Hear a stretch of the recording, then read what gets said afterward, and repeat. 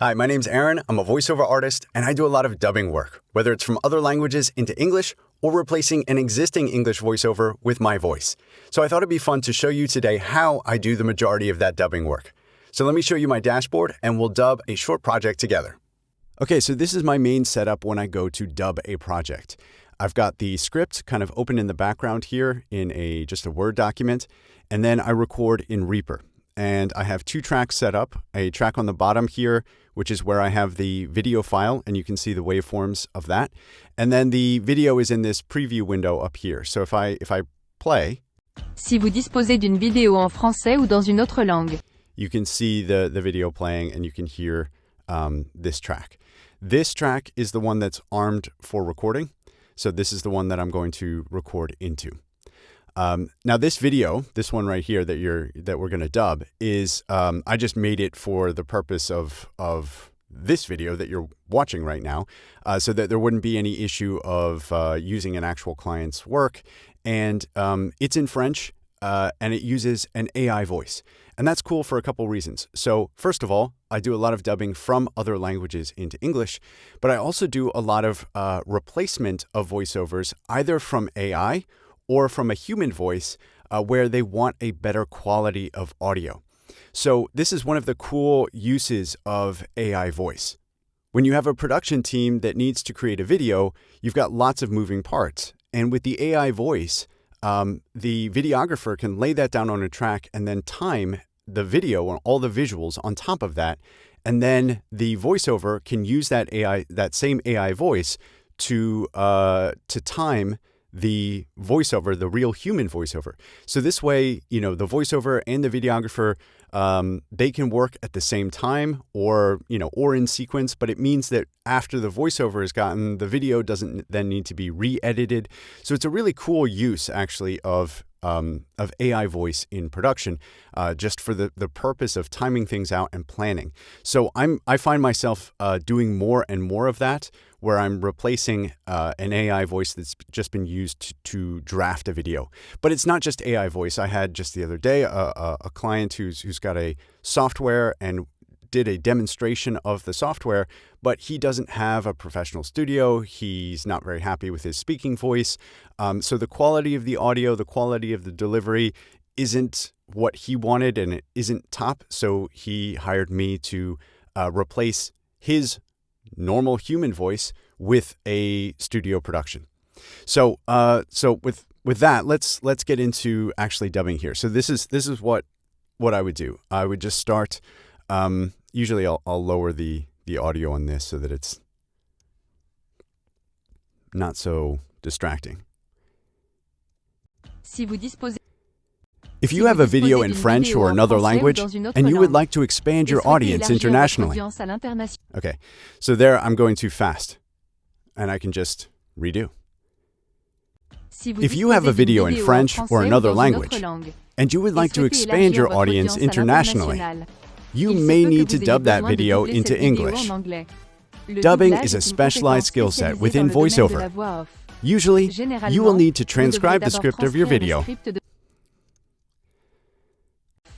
Usually, you will need to transcribe the script of your video, then translate it.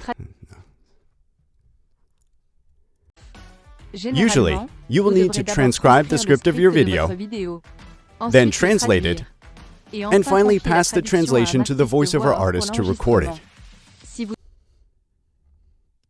And finally pass the translation to the voiceover artist to record it. If you find the right person, the new recording will be perfectly timed and require no video editing from your team. Let's see if I can. If you find the right person, the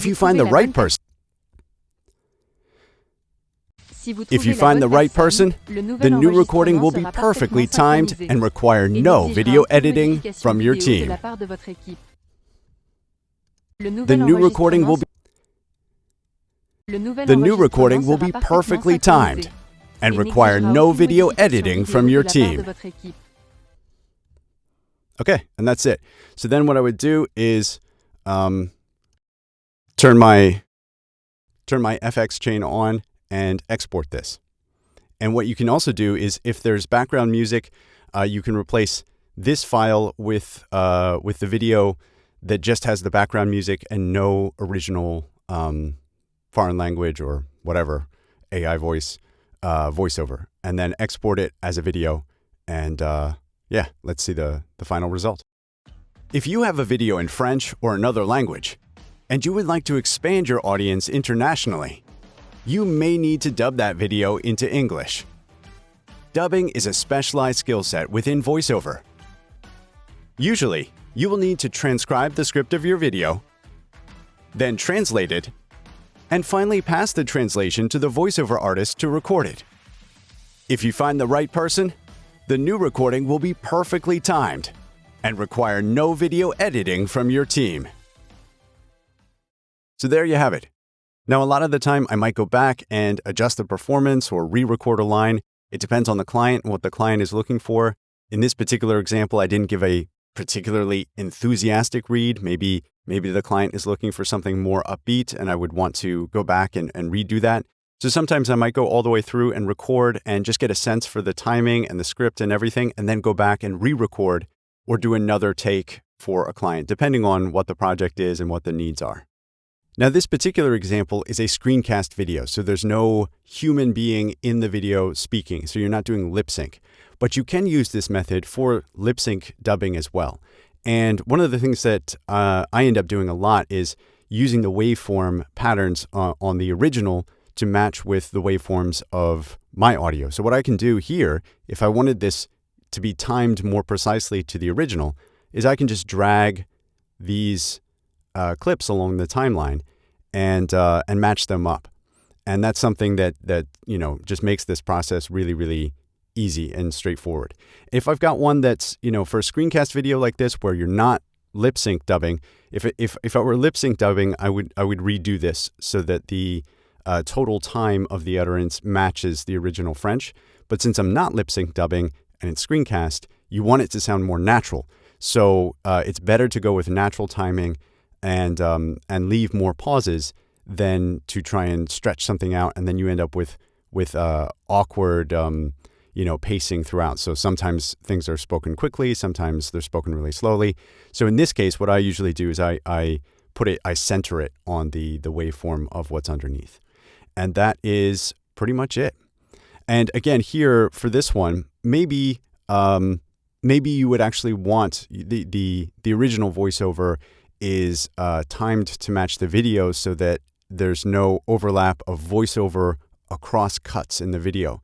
Maybe you would want that. Maybe that would look a little bit better. So there's a lot of options and flexibilities here with this form of this method of dubbing and editing.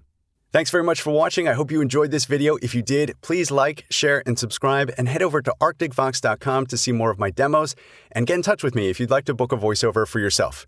Thanks again, and see you next time.